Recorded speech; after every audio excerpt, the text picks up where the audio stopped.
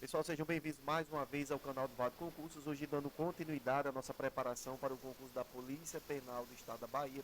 Hoje nós iremos trabalhar aqui o nosso segundo simulado, certo? Nosso segundo simulado para PP Bahia, beleza? Então, se você está se preparando para esse concurso aí, estamos aí em reta final, próximo da nossa prova. Já trabalhamos aí o nosso primeiro simulado abordando a disciplina de Direito Constitucional, certo? Hoje nós iremos abordar aqui a disciplina, de Direito Penal. Lembrando que essa disciplina vai ser cobrada em 6 questões, certo? 6 questões, conforme aí o edital de vocês, certo? Então, como tal, nós trouxemos aqui 6 questões dos principais assuntos cobrados dentro dessa disciplina, dentro da banca FGV, certo? Então, nós filtramos aí 6 questões dos temas mais cobrados, certo? Para nós fazer aqui um simulado focado na Polícia Penal da Bahia, beleza? Então, mais uma vez, sejam bem-vindos.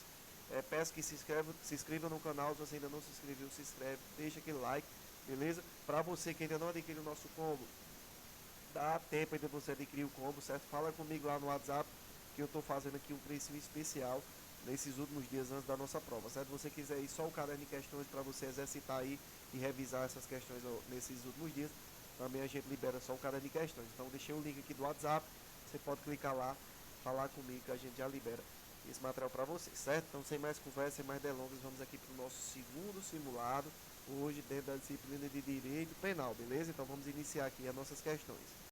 Pessoal, vamos lá então, questão número 1 em tela diz o seguinte, ó. O conceito analítico de crime o divide em fato típico, ilícito, antijurídico e culpado. A culpabilidade, por sua vez, é composta pela imputabilidade, pela potencial consciência da ilicitude e pela inexigibilidade de conduta diversa. Dentre as causas que exclui a imputabilidade penal, encontra-se. Então vamos lá, ver a alternativa aqui, que exclui o que é a imputabilidade penal. A nossa letra A diz assim: coação física irresistível, menoridade, embriaguez acidental incompleta. A letra B trouxe embriaguez acidental incompleta, menoridade e obediência hierárquica. A letra C diz assim, ó, embriaguez acidental completa, menoridade e doença mental. A letra D diz embriaguez pré-ordenada, coação moral irresistível e erro de proibição. E letra E, coação moral irresistível, exercício regular de direito e menoridade. E aí, senhores, quais as alternativas aqui está correta ao falar aqui de exclusão da imputabilidade penal? Pessoal, gabarito da nossa questão número 1, ó, letra C. Isso mesmo, letra C. Então, você marcou aqui a letra C, acertou. A embriaguez acidental completa, menoridade e doença mental, certo? Então vejam só que o conceito analítico de crime é dividido em fato típico, ilícito, jurídico culpável, certo? A culpabilidade, por sua vez, ela é composta pela imputabilidade penal, certo? E pela potencial consciência da ilicitude e pela inexigibilidade de conduta diversa. Então, dentro das causas que excluem essa imputabilidade penal, se encontra a embriaguez completa, certo? Que essa embriaguez completa proveniente de casos conjuntos de força maior estará lá no artigo 28, certo? Colocar aqui em cima, o artigo 28. A menoridade se encontra lá no artigo 27 e a doença mental lá no artigo 26, beleza? Aí nós vamos ter também o desenvolvimento mental incompleto e desenvolvimento mental retardado, certo? Então essas são as causas de inimputabilidade dadas aí pelo nosso Código Penal, beleza? Então só revisando aqui, ó, as excludentes dos elementos da culpabilidade são 3: imputabilidade, potencial consciência da ilicitude e exigibilidade de conduta diversa. Dentro da imputabilidade, nós vamos ter, ó, doença mental, desenvolvimento mental retardado, desenvolvimento mental incompleto e embriaguez acidental completa. Já lá na potencial consciência de ilicitude, aqui, ó, potencial consciência da ilicitude, nós teremos como causa de exclusão o erro de proibição inevitável ou excusável, certo? E já na exigibilidade de conduta diversa, nós teremos aí 2: coação moral irresistível, não confunda com a física, sim é moral, coação moral irresistível e obediência hierárquica à ordem não manifestamente ilegal, beleza? Então, fechando aqui a nossa questão número 1, gabarito aqui, letra C, perfeito? Vamos seguir para a nossa próxima questão. Pessoal, então vamos lá, questão número 2, ó. Caio responde em juízo pela suposta prática de determinado crime patrimonial com violência contra a pessoa. Ao ser ouvido pelo juízo, na presença do Ministério Público e da Defesa Técnica, O acusado confessou espontaneamente e voluntariamente a prática do delito. O réu disse ainda que a época da prática da deletiva tinha 20 anos de idade, a caracterizar a menoridade relativa. Nesse cenário, considerando as disposições do Código Penal, é correto afirmar que então vamos lá, a letra A diz assim, a confissão é uma circunstância atenuante a ser só pesada na segunda fase da dosimetria da pena. Por sua vez, a menoridade relativa a uma causa de diminuição de pena a ser valorada na terceira fase do processo dosimétrico. E aí, pessoal? Senhores, vamos lá. Alternativa aqui incorreta. Em que pese aqui a primeira parte da assertiva está correta, certo? Porém, aí a parte final está incorreta. Ao falar aqui, menoridade relativa até o final, certo? Então vejam só que a menoridade relativa ela não é analisada na terceira fase da dosimetria, onde são analisadas causas de aumento ou diminuição de pena. Ela é analisada na segunda fase, certo? Então, a alternativa aqui, incorreta, beleza? A letra B diz assim, a confissão é uma causa de diminuição de pena a ser sopesada na terceira fase da dosimetria da pena. Por sua vez, a menoridade relativa é uma circunstância atenuante a ser valorada na segunda fase do processo dosimétrico. Pessoal, também aqui a alternativa está incorreta, a segunda parte aí está correta, porém a primeira não. Vejam que a confissão deve ser analisada na segunda fase da dosimetria da pena, como será aí esclarecido, certo? A alternativa aí incorreta, beleza? A letra C diz, confissão e a menoridade relativa são circunstâncias atenuantes a serem sopesadas na segunda fase da dosimetria da pena. Pessoal, perfeito, de fato aqui são circunstâncias atenuantes a serem analisadas na segunda fase da dosimetria, conforme aí o nosso Código Penal. Vejam só, lá no artigo 65, eles vão trazer isso aqui. Artigo 65 do nosso Código Penal traz isso aqui, que são circunstâncias que sempre atenuam a pena. Se o agente é menor de 21 anos na data do fato ou maior de 70 anos na data da sentença ou ter o agente aí confessado espontaneamente perante a autoridade a autoria do crime, certo? Então lá no artigo 68 ele vai trazer também que a pena base será fixada atendendo-se o critério do artigo 59 desse artigo. Em seguida serão consideradas circunstâncias atenuantes e agravantes, por último as causas de diminuição e de aumento. Perfeito? Então alternativa letra C, correta, gabarito da nossa questão número 2. A confissão e a menoridade relativa são circunstâncias atenuantes a serem sopesadas aí na segunda fase da dosimetria da pena. Perfeito? Então, alternativa aí, correto, gabarito da nossa questão número 2, certo? Então, seguimos aí para a nossa próxima questão. Pessoal, vamos lá, questão número 3. Hécade, contando com 7 anos de idade, é molestado sexualmente por Zelos, seu primo, então, com 18 anos. A vítima não revela os fatos a seus pais ou a terceiros, por se sentirem envergonhada. Somente ao completar 18 anos de idade, a vítima decide noticiar o crime. Sobre a oportunidade da notícia, é correto afirmar que o crime não está prescrito, pois o prazo em abstrato é de 20 anos. A letra B diz, o crime está prescrito pelo transcurso integral do prazo prescricional. Letra C, o crime não está prescrito, pois o prazo só começa a ocorrer quando a vítima completa 18 anos. Letra D, o crime está prescrito, pois o prazo é contado pela metade em razão da idade do agente. Letra E, o crime não está prescrito, pois completar a maioridade constitui causa interruptiva. E aí, senhores, quais as alternativas aqui está correta sobre aqui o contexto em questão? Pessoal, vamos lá, gabarito da nossa questão aqui, letra C, isso mesmo, você marcou aqui a letra C e acertou. O crime não está prescrito, pois o prazo ele só começa a ocorrer quando a vítima completa 18 anos. Isso mesmo, peraí, deixa eu apagar aqui. 18 anos, certo? Então, gabarito aqui nossa questão, letra C, perfeito?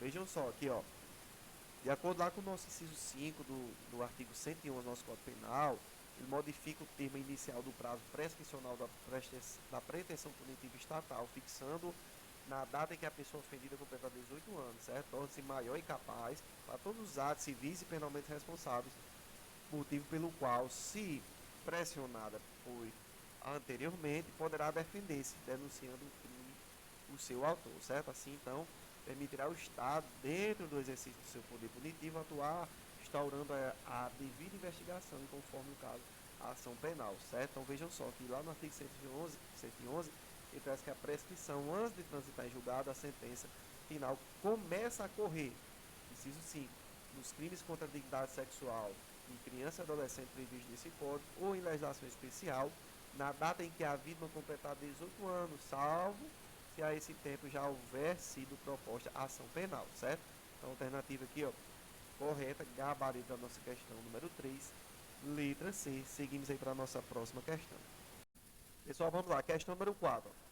Paulo, pai de Joaquim e Ana, todas as vezes em que tem ciência de que sua filha chegou em casa após as 22 horas, a agride fisicamente.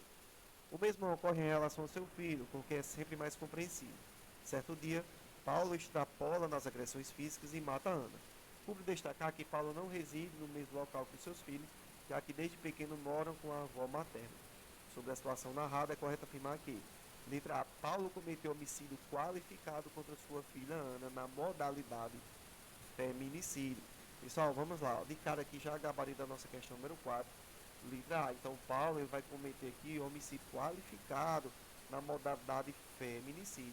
Perfeitamente. Então, de fato, tendo Paulo aí perpetrado agressões físicas contra sua filha Ana, que culminaram em sua morte, no contexto doméstico e familiar, ele responderá pelo crime de homicídio qualificado pelo feminicídio, lá nos termos do artigo 121, parágrafo 2º, inciso 6 do nosso Código Penal, certo? Então, a alternativa aqui, ó, correta, gabarito da nossa questão, número 4, letra A. Perfeito? Então, de cara aqui, já nossa questão correta, letra A. A letra B diz assim, ó, Paulo cometeu homicídio qualificado por motivo fútil, não sendo possível a tipificação da conduta por feminicídio. Negativo, ele responde sim, na modalidade feminicídio.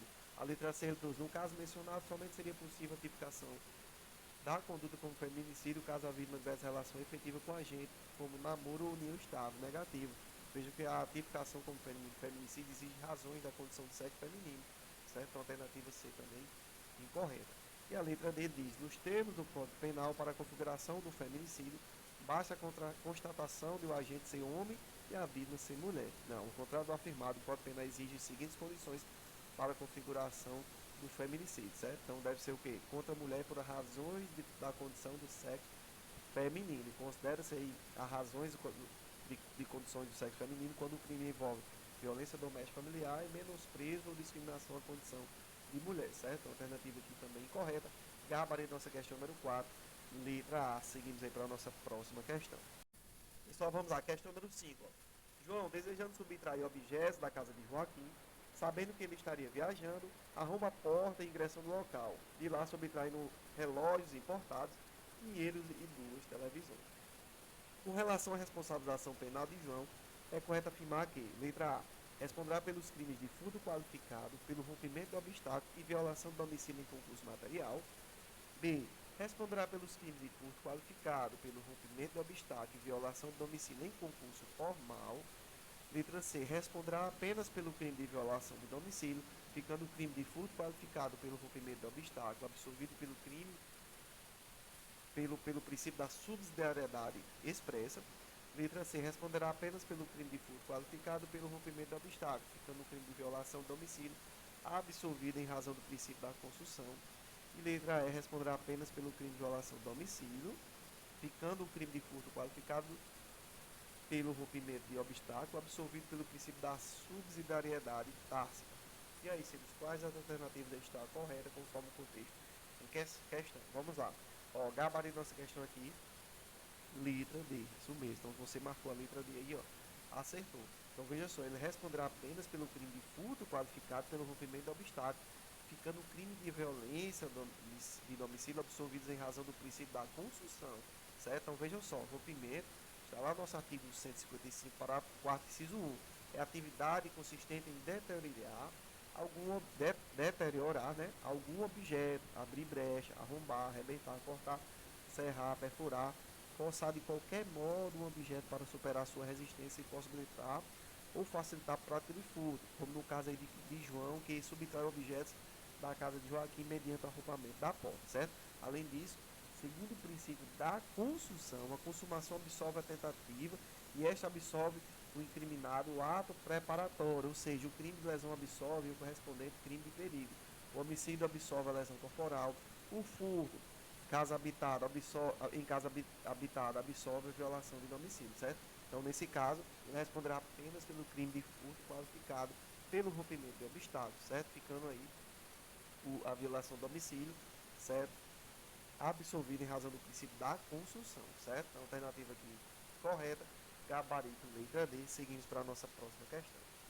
Pessoal, vamos lá. Questão número 6 e última questão do nosso simulado de direito penal, certo? Focando no concurso da Polícia Penal da Bahia. Lembrando que serão cobradas as 6 questões da disciplina de direito penal. E essas 6 questões que nós trouxemos aqui hoje para vocês, elas são as questões aqui dos temas mais cobrados em provas da nossa FGV. Então, fiquem atentos se vocês quiserem fazer uma revisão a respeito dessa disciplina de direito penal. Vocês vejam os temas aqui trabalhados, certo? Crimes contra o patrimônio, crimes contra a pessoa, especificamente lá em homicídio, crimes contra o patrimônio, especificamente lá em furto, certo? Agora, essa questão aqui vai ser crimes contra a administração pública, especificamente lá na parte lá de peculato, certo? E temos mais o que lá? Temos a questão da inimputabilidade, certo? Então, vocês dêem uma revisada aqui nessas questões e vocês podem fazer mais questões a respeito desse sistema, certo? Então, essas são as questões aqui mais cobradas dentro da nossa banca FGV, dentro das carreiras policiais, certo? Então, para facilitar aqui, certo? Essa última revisão de reta final para vocês fazerem uma prova aí em cima daquilo que é mais cobrado, perfeito? Então, vamos fechar aqui nossa última questão. Peço aí que vocês coloquem ao final, ao término aqui desse simulado, quantas questões vocês acertarem nos comentários, beleza? A nossa questão número 6 diz: João, guarda municipal, se aproveita da condição de funcionário público e do fácil acesso aos bens da prefeitura que o cargo lhe proporciona para subtrair, sem violência ou grave ameaça, 2 computadores do ente público.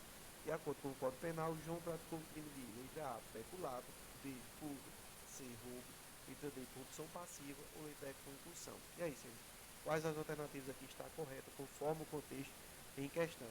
Senhores, vamos lá.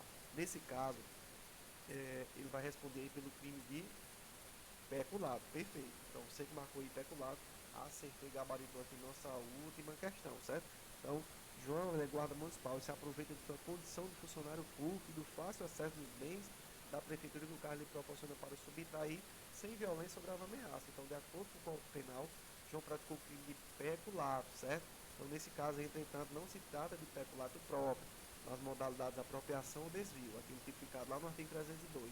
Certo? Neste caso, realça outra modalidade de peculato, ou seja, o peculato furto, também denominado aí peculato impróprio, tipificado lá no artigo 312, parágrafo 1º do Código Penal, certo? Conforme aí, vou destacar aqui agora.